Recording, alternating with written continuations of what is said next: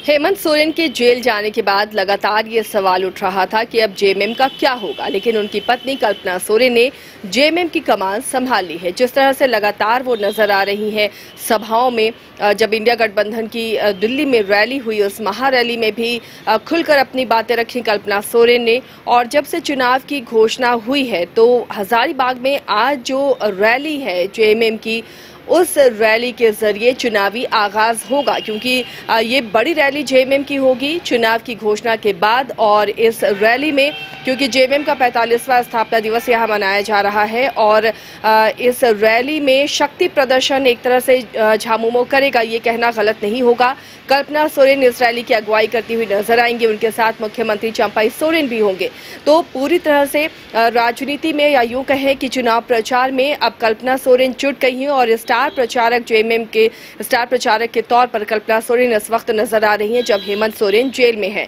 आज की रैली में जहां जेएमएम का शक्ति प्रदर्शन होगा, वहीं पर यह भी कोशिश होगी कार्यकर्ताओं के साथ 1 to 1 करने की, उन्हें दिशा निर्देश देने की कि जो सहयोगी दलों को जो सीटें गई हैं वहां पर किस तरह जेएमएम कार्यकर्ता एक्ट करेंगे, किस तरह से इंडिया गठबंधन के प्रत्याशी को जिताने की कोशिश करेंगे। क्योंकि हजारीबाग की जो सीट है वो कांग्रेस ने जेपी पटेल को दी है और हजारीबाग में जेएमएम का 45वां स्थापना दिवस मनाया जा रहा है। ऐसे में ये शक्ति प्रदर्शन जेपी पटेल के लिए भी काफी फायदेमंद हो सकता है और जेएमएम कार्यकर्ताओं को एक नई ऊर्जा देने की कोशिश कल्पना सोरेन की तरफ से भी हो सकती है।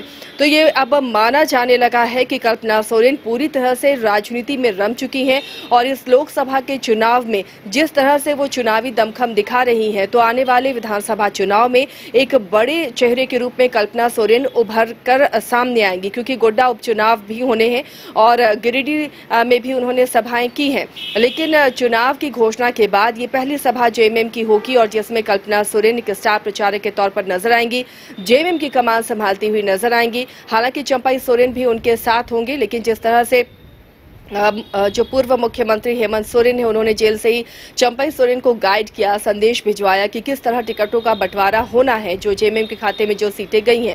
उसके बाद से ये माना जा रहा है कि अब आज या कल में जेएमएम अपने कैंडिडेट की घोषणा कर देगा और उससे पहले ये शक्ति प्रदर्शन का भी वक्त है कि ये दिखाने की भी कोशिश लगातार हो रही है कि हेमंत सोरेन के जेल में रहने से पार्टी कमजोर नहीं हुई है। और ये स्थापना दिवस मनाना, ये बड़ी रैली का आयोजन करना इसी बात का संकेत है। 20,000 से ज्यादा लोग इस रैली में शामिल होंगे, जेएमएम के कार्यकर्ता इस रैली में शामिल होंगे, जहां से चुनावी शंखनाद भी हो सकता है। इस रैली को, हालांकि ये स्थापना दिवस की रैली है, लेकिन इसे चुनावी प्रचार का आगाज भी हम कह सकते हैं, क्योंकि चुनावी घोषणा के बाद ये रैली हो रही है।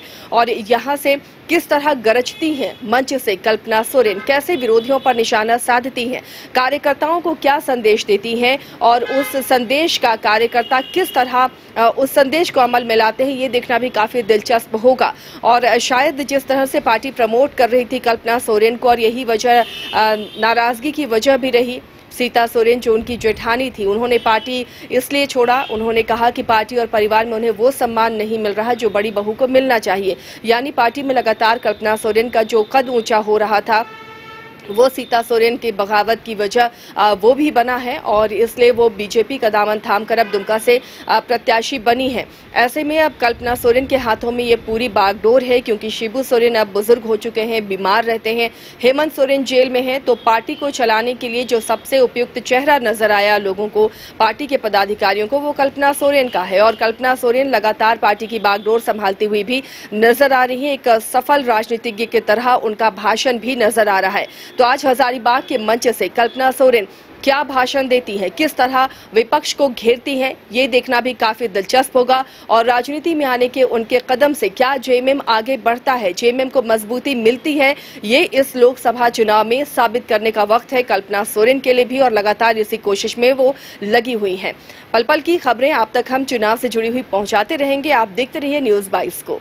आपके बच्चों के स्वार्गिन और उज्जवल भविष्य के लिए हम हैं हमेशा तत्पर।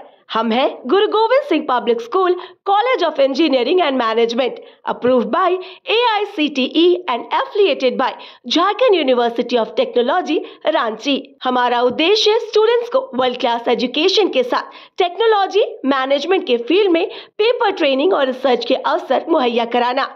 हमारा मिशन एस्पायरिंग टेक्नोलॉजिस्ट और एंटरप्रेन्योर्स को उनकी मंजिल तक पहुंचाना है। इसके लिए हमारे पास है बेहतरीन इंफ्रास्ट्रक्चर और मार्गदर्शन के लिए क्वालिफाइड फैकल्टी। जब अपने राज्य झारखंड और अपने शहर बोकारो में मिल रहा है वर्ल्ड क्लास एजुकेशन, तो फिर कहीं और क्यों जाना। आप पधारे, हम हैं आपके स्वागत को तैयार, करेंगे आपके सपनों को साकार।